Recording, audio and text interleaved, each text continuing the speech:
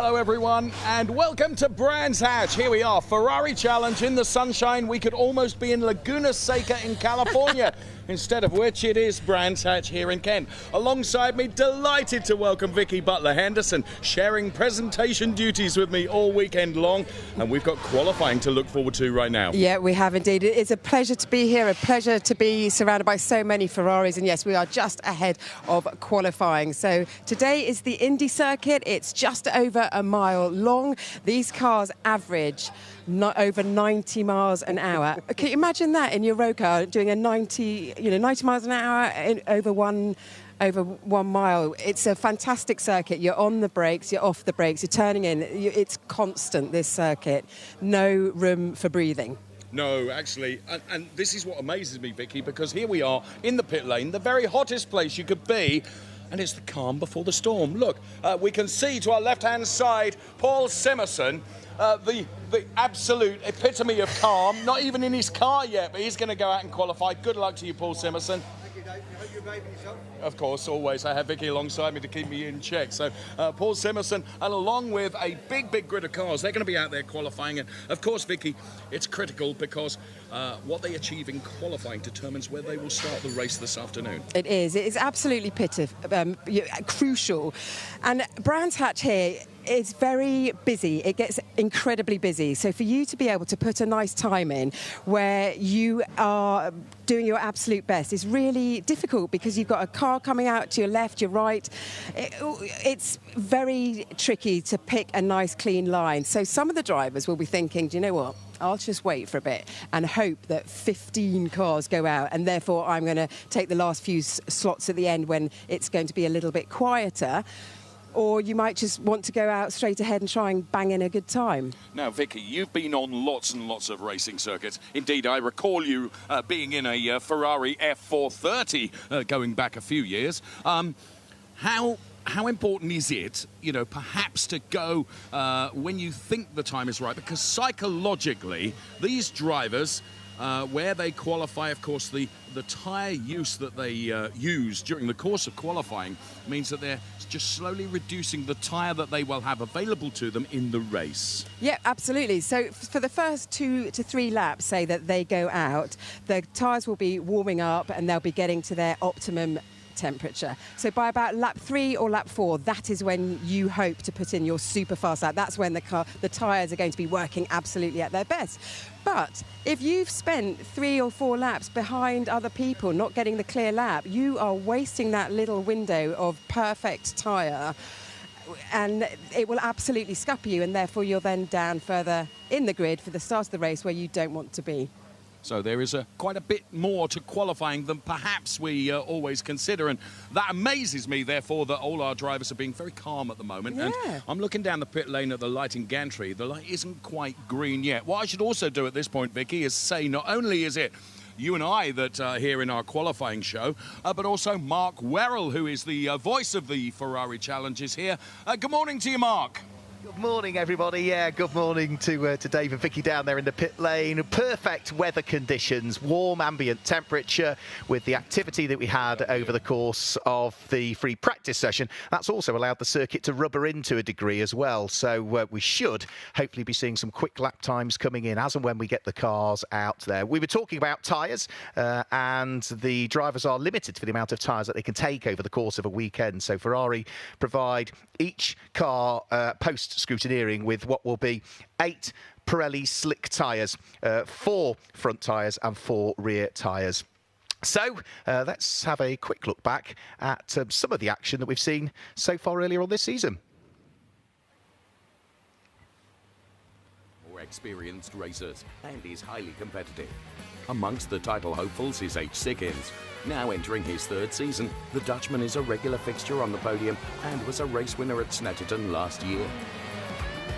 With a racing career that dates back to the 1980s, former Coppa Shell class champion Graham DeSille will also be one to watch. Carl Cavers contested the final 2 events of the 2022 season and impressed with several Coppa Shell class wins. He's now moved into Trofeo Pirelli for his first full assault on the championship. What Andrew Morrow lacks in experience, he makes up for in raw talent. Having finished as championship runner-up in his first ever season of racing, he comes into this season as one of the favourites. And hoping to get to grips with these established names is Ferrari Challenge newcomer Peter Hunter. I'm just trying to do a load of different things. I turned 40 last October. I've done a bit of rallying, and I thought this is seems a good bit of fun. I'm being shouted at quite a lot by my coach because I'm trying to do a lot of finish flicks in things, flicking it to the right and then going into the left and then putting the back out. So he's kind of saying, nope, sideways isn't forward. And I'm like, I know, but it's not as fun just going straight. In Coppa, the competition looks just as stiff. Paul Rogers only narrowly missed out on the title last year and is ready to take the next step. But beware, friendly rival Paul Simerson, third in the category last year, never seems to be far away. And a change of class puts a third Paul, Hogarth, in the conversation. He's mixed it with the Trofeo Pirelli front-runners for the past few seasons and should be a real title contender now that he's switched to Coppa. The category also features a wealth of newcomers, each of them thrilled to join the Ferrari stable. I can't explain it. It's just, for me, it's like an emotional tie. The guys have been so great. They're all supportive. You know, I've done some good times for my first time, and they're all, oh, brilliant, Julian, well done. So they're all encouraging me. So yeah, I can't say enough about them. I'm still pushing it now and learning how far I can push it, but it is absolutely awesome. It's one of the fastest cars I've ever been in. It's a privilege to be driving it, but you have to be on it and keep control of it. It's a Ferrari. Boyhood dream. Why wouldn't you want to race a Ferrari? It's the best of the best. Something I've always wanted to do. I want to get onto the podium at some point. That's the aspiration, isn't it? I think that's everyone's aspiration. Nobody does it like Ferrari. It is absolutely amazing. The whole friendship, camaraderie, everything, the entertainment that you have is amazing. It truly is.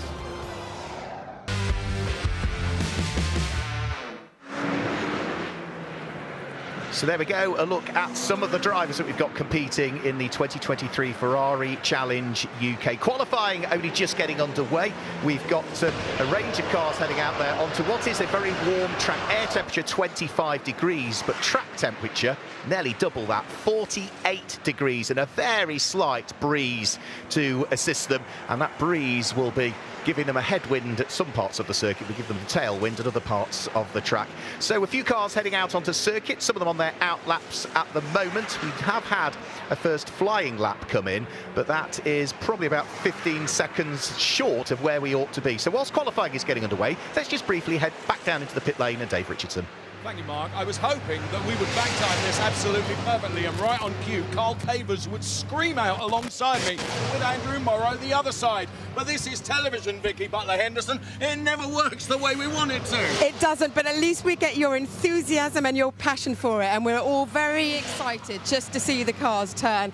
The drivers inside, they're desperate to get out. They want to go out. They want to get the tyres turning and some times on the sheets. What we should also mention, Vicky, is the fact that it's not only the drivers in the car, but as John, our cameraman, looks into the garage, you can see Lewis Plato, who is Carl Cavers' driver coach. He's looking at the screen, headphones on, ready to talk to his driver, and also studying data on his laptop. He's like juggling all these things at the same time, but of course, all the information he's able to feed back to his driver is critical to him. Yeah, exactly. It's very much a team when they work like this. So you've got the driver who's doing his absolute best, and then you've got that wonderful additional info that's being fed in by the driver coach. They're very blessed to have some extra, it's like a wingman with them in the car. Oh, wonderful. Well, there we are. We'd hoped for that. It didn't happen, Mark Werrell. Once again, I let you down.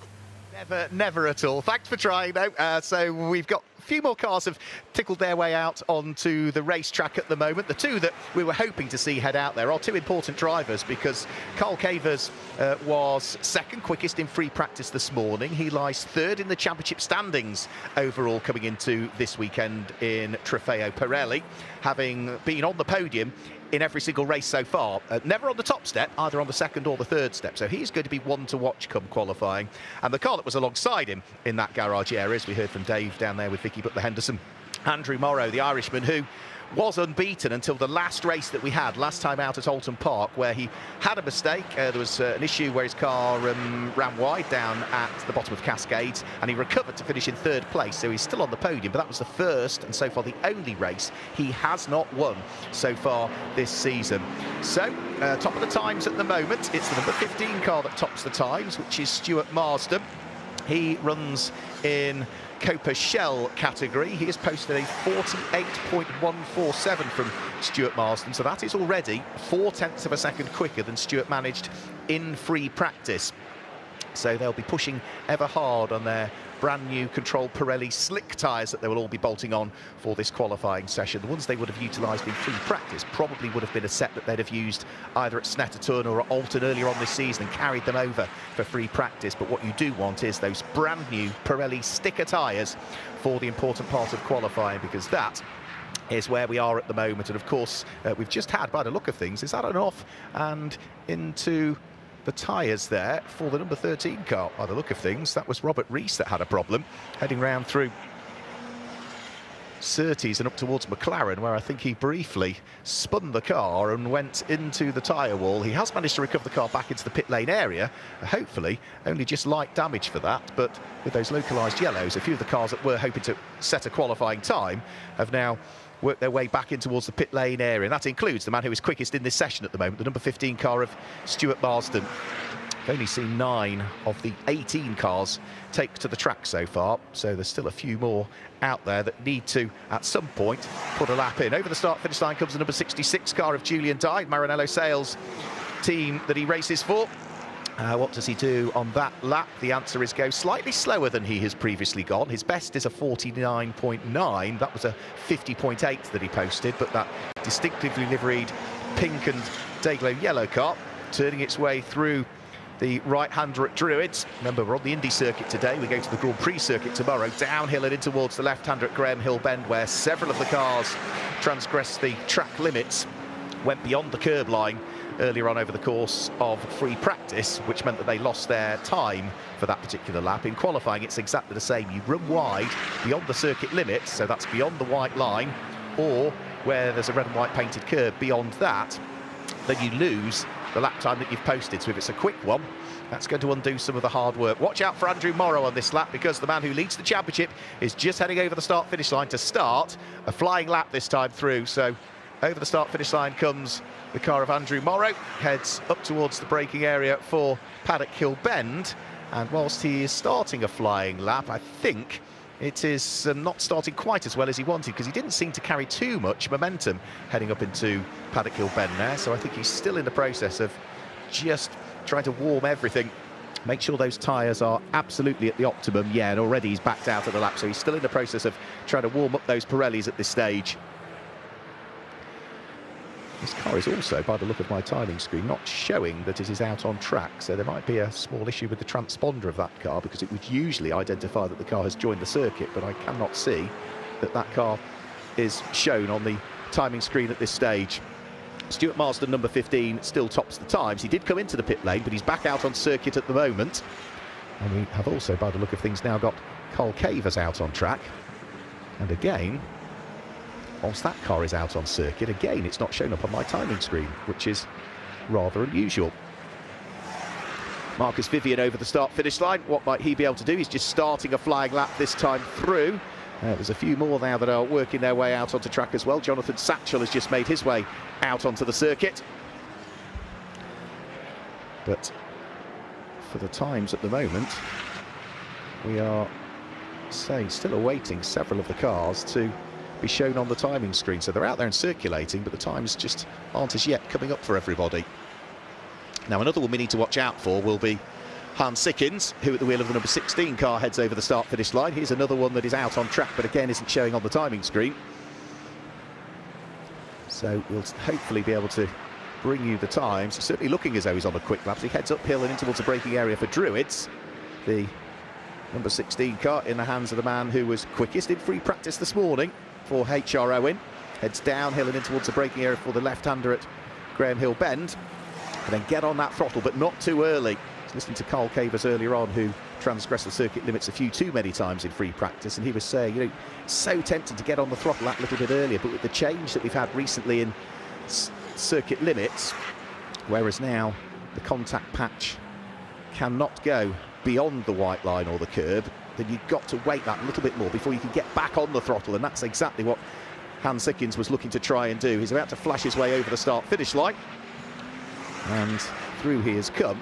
As I say again, whilst the car is circulating, we are not as yet getting times for anything other than 9 cars. So I think there might be a small issue with the, not necessarily the transponders on the cars, I think it might be a timing issue that we will try and get resolved for you so we can bring you the times for these cars. Still showing as Stuart Marsden is top of the times at the moment on a 48.147.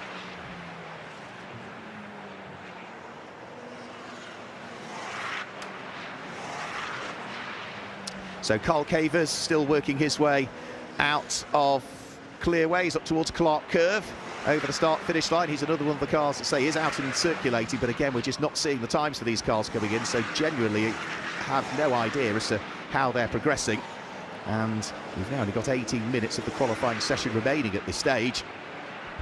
So are we going to see Carl Cavers at the top of the times? We will find out. There is a technical issue with the timing we're hearing, so that is why the cars are not being identified on our timing screens, even though they are still circulating. Hopefully we'll resolve that for you as soon as we possibly can. And even on the online version of the timing as well, rather than the first, right through the gravel trap, and that is a bit of a mistake there for Paul Simonson, who is going to dig his way back out of the gravel trap. Huge plume of dust goes into the skies, but for Paul Simonson, thankfully he's able to almost rally across his way back onto circuit. He was quickest of the Coppa Shell cars in free practice this morning. He lies second in the Coppa Shell Championship standings, hoping for a good qualifying, but just overstepped the limits there.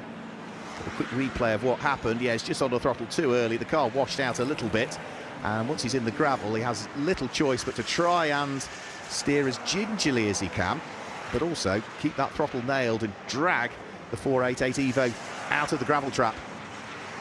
So a bit of a let-off for Paul Simonson there. I don't think it caused any damage to the car, because these Ferraris are so low slung. It's very easy to damage the splitter, or you could just take a little bit of the dive plane off the front of the car where it just comes up around the very edge of the splitter. But I think Paul Simonson got away with that one. Yeah, there's no obvious signs of any damage at all to the car. Those Pirellis will be rather dusty, but he sticks with it, and he's going to go for another qualifying lap this time through. We do now have the times that are coming through as well, so we've sorted out our technical issue, which means that number 16 Hans Sickens tops the times at the moment on a 46.629. Second quickest is number 51 Carl Cavers, who is only 83 thousandths of a second shy of him, and Carl is on a quick lap this time through as well, just turning his way through Surtees up towards McLaren and then on towards Clearways Corner. The number 51 car, which is largely red with the day glow flashes to it, about to head over the start-finish line now. And is he going to go to the top of the times? Let's just have a quick look. Through goes Carl Cavers. No, a 47.671, 42 thousandths of a second slower than Hans Sickens. And Hans Sickens is also on a quick lap and has just posted a 1 minute 47.434 as he came over the start-finish line. So it is Sickens from Cavers at the moment. So the 16 for the 51. Andrew Morrow, the championship leader, is third at the moment. And he's at the wheel of number 4 car, and fourth currently is number 20. Now that's Paul Rogers, the JCT 600 car. That's the purple and Dayglow pink machine. He is fastest of the Coppa Shell cars on a 48.059. Then it's Stuart Marsden and Marcus Vivian who are 5th and 6th, and that puts them 2nd and 3rd respectively in Coppa Shell. So Hans Sickens having to deal with a little bit of traffic that was destined for the pit lane at the end of that lap. So over the start-finish line will come the provisional pole sitter. I think it'll be a slower lap from him that time through as a result of the traffic that had to be dealt with. And as he's gone through and up towards Paddock Hill Bend, it looks as though he may still possibly have a few little timing gremlins, because the lap time that he came through did not seem to record that time through. John Dillon's through and over the start-finish line. The number 61 car down in 18th at the moment, hasn't set a time according to the timing screen, so he'll be one we need to keep an eye towards. And also Faisal Al Faisal, who was going well in free practice. He was third quickest at the wheel of the number 76 car in free practice, so he'll be hoping to do good things. Back over the start-finish line, Carl Cavers comes through, and as he goes through to complete the lap, again, yeah, the cars are showing on the timing screen, but there's still some gremlins in the system because, again, it didn't record that lap from him, so I do apologise, ladies and gentlemen. We will endeavour to get the system rebooted, and hopefully then, when the cars come over the start-finish line and break the beam, the transponder will register the time. For the moment, they're coming over the start-finish line and the times aren't changing. So Carl Cavers, having done a quick lap, has now backed out of that particular lap. Still second quickest according to our timing screens. Chris Smith is about to thread his way over the start-finish line at the wheel of the purple and the light blue machine. Late on the brakes, pictured in towards Paddock Hill Bend. You only see the apex once you've committed to the corner. He wasn't right up to the curb line on the apex of the corner, so there's a bit more to be given there. Looks to try and brake and triangulate Druids, but again I think was still a little bit late on the brakes up towards Druid, so again didn't quite get hooked into the apex. Nice and neat and tidy though this time as he heads out of Graham Hill Bend and works his way past the car of Faisal Al Faisal, which is still trying to warm its tyres. Neat and tidy through Surtees, grabs the curve at Surtees and McLaren, try and brake in a straight line, get the car rotated in towards the right-hander and then pick up the throttle gingerly as you come out of Clark Curve. Flat out though as you come down the Brabham straight, and as the 69 goes over the start-finish line, does it record the time from him? Yes, it does. It was a slower lap time from him, so no improvement there. We are now starting to see the times coming in again. So hopefully the remaining issues with the timing system appear to be sorted. Hans Sickins fastest of all so far with a 47.434. Second quickest is 51 Carl Cavers with a 47.630. Fourth quickest is number 4 Andrew Morrow with a 47.823. Those are the three cars that are in the 47-second bracket at the moment, and fourth quickest is the leading car in Coppa Shell at the moment, which is Paul Rogers with a 48.059. But I would say this time through, the man who is slowest of all the cars at the moment, largely because he hasn't set a time, is the one to watch. So car number 76, which is Faisal Al Faisal, threading his way through and past Jonathan Satchel's car, which dies for the pit lane. But Faisal Al Faisal, this is going to be the first real flying lap for Faisal. Over the start-finish line comes the number 76 car. Now, what can he do? And the answer is he goes 15th quickest with a time of a 49.198 from him that time through. So Faisal Al Faisal, first flying lap time. He was third quickest in free practice, so there's still a chunk of work to be done and plenty of time in which to do it. So there's still 12 minutes of this session remaining qualifying, which will set the grid for our first of the 2 races for this weekend. Number 61 John Dillon's just gone 4th quickest, so good improvement there. As we see, sitting there in the pit lane rather patiently, Paul Rogers, the man who leads Coppa Shell in terms of qualification pace at the moment. He's 87 thousandths of a second quicker than the number 77 car of Paul Simerson for the provisional pole in Coppa Shell. Graham DeZiel, ex-British Formula 3 racer from some years ago, works his way downhill and in towards the left-hander at Graham Hill Bend on board the number 19 car. Nice and neat and tidy again out of Graham Hill Bend. He's currently 8th quickest, Graham DeZiel. Set his best lap time last time through with a 48.198. So he is 8th overall, 5th quickest of the Trofeo Pirelli competitors. Set to time this time through. First half of the lap was quicker than he's previously been, so Graham DeZiel could post a further improvement here as he comes over the start-finish line. Can he improve on 8th? And as he goes through, it was in the end not an improvement. He was quicker through the first part of the lap, but gave a bit of time away through the second part of it, so there was no improvement ultimately. That was about a 10th of a second slower than Graham's previous best. So the 19 car, again, just heading out of Druids and heading downhill. The Meridian Modena entered car. Now Graham this time through should, partway along the Cooper Straight, break the beam. And is he going to go any quicker this time through? The answer is no. He's given up a bit more time through the first part of the lap this time. Faisal Al Faisal has been improving whilst we've been keeping an eye on what's going on with Graham DeZiel, because the number 76 car has now gone 5th quickest with a 48.008. So Faisal Al Faisal up to 5th, which now means that the leading Coppa Shell car, which is Paul Rogers, is 6th quickest at this stage. Pit lane looking rather busy. And Sickins in the pit lane, Paul Rogers, Paul Simonson, Paul Marston, Graham DeZiel, all in the pit lane at the moment. Back out on track is the number 28 car of Marcus Vivian, running in Coppa Shell for Maranello Sales. Marcus is 10th quickest overall at the moment at the wheel of the number 28 car. Brilliant livery on the 28 car as well. That pink and orange and green livery with the palm trees on it. Really does look great in the sunshine here at Brands Hatch. He is 4th quickest of the Coppa Shell cars. So we'll keep an eye on what's going on with Marcus Vivian. In the meantime, Dave Richardson is down there in the pit lane.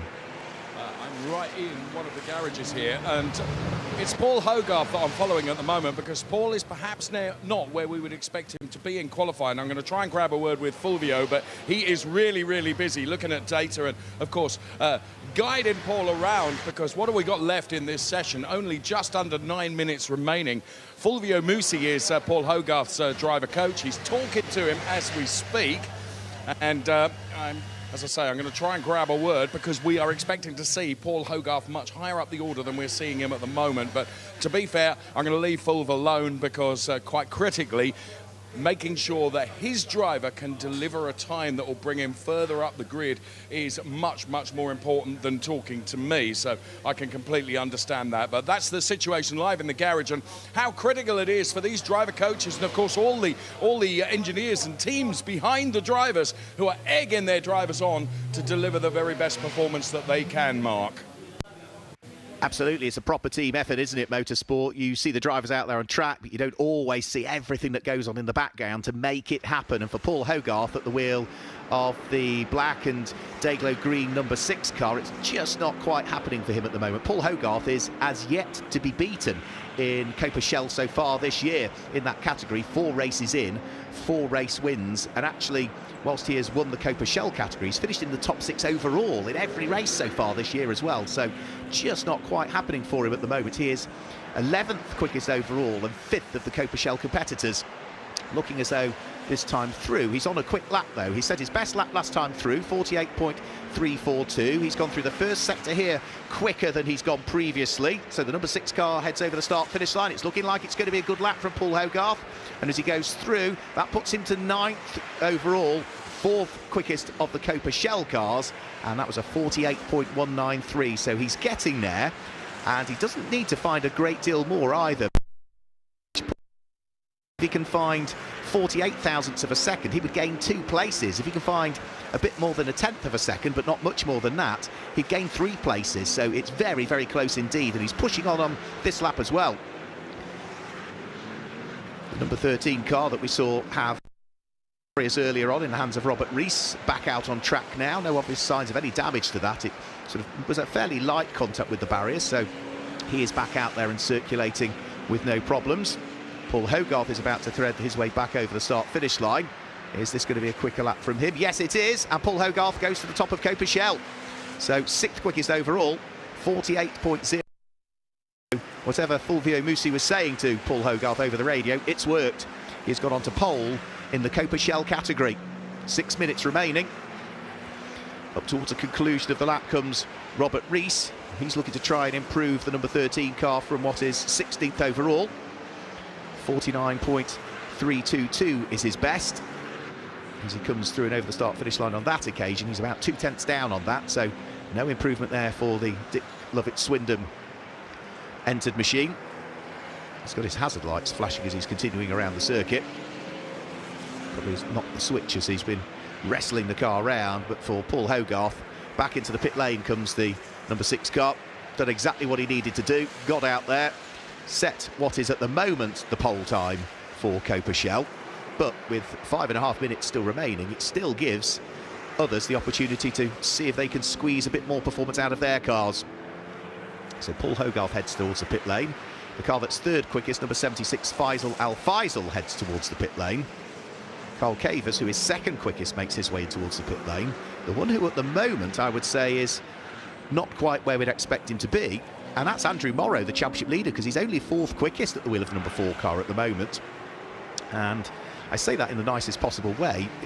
because he's only 4/10 shy of getting himself onto pole position. But Andrew Morrow has been so dominant so far this year, having set pole positions in the opening 3 races of the season. He didn't quite grab pole in the second of the 2 races at Alton Park, but he did start from the outside of the front row of the grid, so he has been a front row starter in all 4 races we've had so far this season, and at the moment he's on the second row of the grid. And only 8 thousandths of a second slower than him is John Dillon, so if John Dillon can find a bit of improvement, Andrew Morrow could drop down onto the third row of the grid, which would be hugely unusual for him. Up towards Druids goes the number 7 car of Jonathan Satchell. He is running in 16th position, 9th overall in Coppa Shell at the wheel of the HRO in number 7 car. 49.012 from Jonathan Satchell so far, who has also been a little bit out of sorts, I would say, over the course of this qualifying session, because he's 3rd overall in the standings in Coppa Shell and has had 3 back-to-back podiums in Coppa Shell in the last 3 races. He's had to back out of this lap because he has caught another car that is trying to make sure there's some clear air to accelerate into, and I think that is going to be Graham Dezeal. Yep, so over the start-finish line comes Graham Dezeal, being chased around by Jonathan Satchell. The 2 of them heading onto a flying lap this time through as they head up towards the braking area for Paddock Hill Bend. See the flash of the brake lights, pitch the car in, nicely grabbed the apex there, did Jonathan Satchell. Didn't let the car run too wide on exit either. And it's amazing how late you can brake uphill in towards Druids. Because you're braking on an uphill gradient, the car really slows down anyway as soon as you lift off the throttle, but when you get off the throttle and on the brakes, you can brake so late for that part of the corner and that part of the track. Along the Cooper Straight goes Jonathan Satchell, and is the lap time coming together? Not quite, I would say. He's slower through the first sector. Over the start-finish line comes Paul Simerson. Can the number 77 car go any quicker? The answer is yes, he can. Slightly slower through the first sector, but quicker through the second, so a 48.148 for Paul Simerson means that he remains 9th quickest. Still 3rd in Coppa Shell at the wheel of the 77 car, but only now needs to find about 80 thousandths of a second improvement to hoist his way ahead of the time that Graham Dezeal has posted. So I think Paul Simerson might be sticking with another lap. Andrew Morrow in the pit lane and out of the car with 2.5 minutes to go. Driver coach Johnny Kane chatting to him, who himself has Le Mans experience. Johnny Kane, of course, Ferrari's return to Le Mans, very successful a couple of weekends ago. But for Andrew Morrow, body language just sort of tells you that all is not what they would want it to be. So maybe a few more things that just need working on to ensure that that car is back in the sweet spot for later on today. Now, the number 61 car of John Dillon is, as things currently stand, in 5th position. Now, John for Greypool Nottingham was 4th quickest in free practice. He is not going to take any further part in qualifying now because he's pulled in towards the pit lane with 1 minute and 40 seconds to go, so that will be him done for qualifying. So at best now Johnny's going to line up on the 3rd row of the grid in 5th position. We still do have a few cars out there though trying to press on. Paul Simerson in the 77 is still out there. We've still got the number 13 car of Robert Rees out there. Jonathan Satchell is still out there as well. So for Paul Simerson, he's about to go over the start-finish line to conclude another lap, but the first sector just wasn't good enough. So this is going to be the flying lap for Paul Simerson this time through. He'd backed things off on that lap. So the number 77 car through Paddock Hill Bend, nice and neat and tidy. Used all of the curb, but no more on the exit of the corner. And then heads in towards the braking area for Druids. Tries to get a good launch coming off the corner and use the momentum downhill in towards the braking area for Graham Hill Bend, right the way up towards the white line, but not beyond. Eases on the throttle, had a bit more that he could have utilised the curb on the exit of the corner, but the first sector this time through for Paul Simerson is slower than he has previously gone. So he's going to have to dig even deeper in the final part of that. The car's sliding around there mid-corner as well. Just nice controlled slide. Pirelli's working hard and he's going to work his way over the start-finish line with 25 seconds to go, so he can still get another flying lap in. Through he goes, and that was about 4/100ths of a second slower than his previous best. His best is a 48.14. That was a 48.18, so it was rather close to say the least. Into the pit lane comes number 7, Jonathan Satchell, so he is done with the session now. Best he will line up 16th on the grid, 9th in Coppa Shell. The checkered flag is going to come out, and think we've only got probably another 2 or 3 cars out there and still circulating at this stage, one of which is Julian Dye at the wheel of his yellow and pink machine. Julian, again, through the first part of this lap, quicker than he's previously gone. He's 17th quickest, needs to improve by nearly 0.2 of a second if he wants to better the time of Jonathan Satchel, who now can't respond because he's in the pit lane.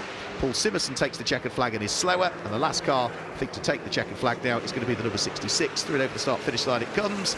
Is it an improved time? Yes, it is. It is an improved time. 2 places gained on the grid. Was 17th, ends up 15th with a 49.024 for Julian Dye. So good improvement from Julian. As checkered flag is out, all of the cars that were still circulating have now taken it. The vast majority of them dived for the pit lane before the session came to a conclusion. So Carl Cavers will be, I would say, in the 51 car that we see there down in the pit lane. A happy man. Lewis Plato, his driver coach, will be pleased. It means that that car will line up on the outside of the front row of the grid for the race later on today, but the HRO in number 16 car of Hans Sickins is going to be the car that will start our race from pole position later on over the course of this afternoon. Now, it's a warm day. Brands Hatch Indy Circuit is a circuit where there's very little respite for the drivers as well. You know, even the straights aren't particularly long, and even the straights have slight bends in them, particularly the start-finish line. So it's going to be a physical race for them. Confirm the qualifying results then. Hans Sickins was fastest of all. He will start from pole later on. Carl Cavers was second quickest. Faisal Al-Faisal was third in the end, with Andrew Morrow, the championship leader, there in fourth, and John Dillon in fifth. Paul Hogarth was the fastest of the Coppa Shell competitors. He was there in sixth place, with Paul Rogers in seventh. Graham Dazil in eighth. Paul Simerson and Stuart Marsden wrapped up the top 10. Then as we move outside of the top 10, Marcus Vivian was 11th, ahead of Chris Smith in 12th. Andrew Pickering was 13th, and then it was Peter Hunter, Julian Dye, Robert Rees, Jonathan Satchel, and William Terrier was the slowest of the 18 cars that we saw out there. So that's the way they should line up later on. In the meantime, I think I can hand you back downstairs to Vicky Butler-Henderson, who's found somebody to chat to. I have finally caught up. I've been fast enough to catch up with our pole sitter. He is, of course, Hans Sickins. Congratulations. You are on pole by 1/10 of a second. Where do you think that you got that time from? It was very tight, so I'm not sure, actually. The track was a bit slower than this morning, particularly in the first turn. I was sliding a little bit, but I think everybody might have had that.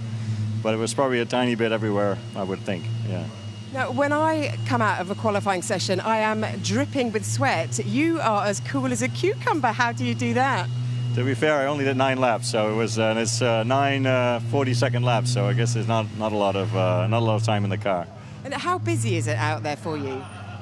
It was. We have about 20 cars, I think, here, and it's a short track. So there's traffic. Managing the traffic, I think, is the key, and I think some of the guys probably struggled with that. Absolutely fantastic. And what are your hopes then from pole position and for later in the race? Overtaking is tough here, so it's good to be on pole, I guess. So I just need to make sure I stay in front. And we'll see. And Andrew Morrow, obviously leading the championship, he's starting on the 4th, so he will have to make his way to the front, which will be interesting. So is your eye on the championship right now? It's got to be, I guess. Yeah. No, I'm behind, so I need some more points. So hopefully today I can gain a little bit. We'll see. Brilliant. Thank you for talking to us. Thank you. Very much. Congratulations. Yeah. And I think Dave has got our pole sitter for... No, he hasn't. Not quite yet. Not quite yet. So, Mark, back to you for now. Thanks, Vicky. Yeah, fantastic stuff. So we've just seen the qualifying happen. Maybe we could just look back at some of the highlights from that qualifying session as we look forward to the race later on over the course of this afternoon. Well, when things went green, the cars started to work their way out onto the circuit. The number 51 of Carl Cavers was always going to be one to watch over the course of the qualifying session. But in the early stages of it, all through the gravel went Paul Simerson. He managed to carve his Ferrari back onto track. No harm was done. Hans Sickins was the driver that we needed to keep an eye on. He had already started from pole position in one of the races at Alton Park, and as the qualifying session wore on, he was the man that managed to set the fastest time of the qualifying session. Graham Dazil was pushing hard to see whether he could launch an attack inside the top 6. It wasn't to be in the end, and Jonathan Satchel left it very late on for him to try and pop a quick lap time in. He will still end up towards the tail end of the field. After the gravelly moment, Paul Simerson still kept pressing pressing on. There were very few cars that took the checkered flag, but Hans Sickens was the man who will start from pole. That's the highlights. Back downstairs to Dave Richardson. Thank you very much, Mark. I'm here with Paul Hogarth. Well done, Paul, but blooming heck, you had us all worried. We all expected you to go out there and blister pole position straight away, and you jolly well didn't. No, I didn't. I had a real difficult time there. I don't quite know why, but I just wasn't really hanging every sector together. So we had to come in, repressurise and go again. And I think on my second flying lap, we did what probably was good enough and ended up being good enough.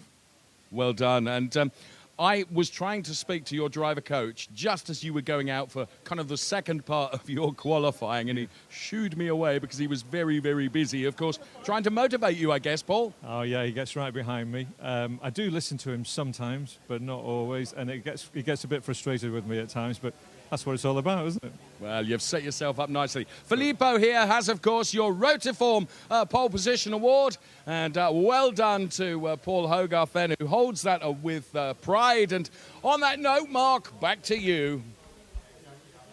Thanks a lot, Dave. Yeah, good to catch up with some of the drivers down there in the pit lane and our respective pole sitters. But that's it for the moment for Ferrari Challenge UK here at Brands Hatch. We've got the race, of course, coming up for you later on today. Coverage for that starts at 3 o'clock, so in around about 2 hours' time. So thanks for joining us for qualifying. From Dave Richardson, from Vicky Butler-Henderson, myself, Mark Werrell. We'll see you for the race later on. Goodbye.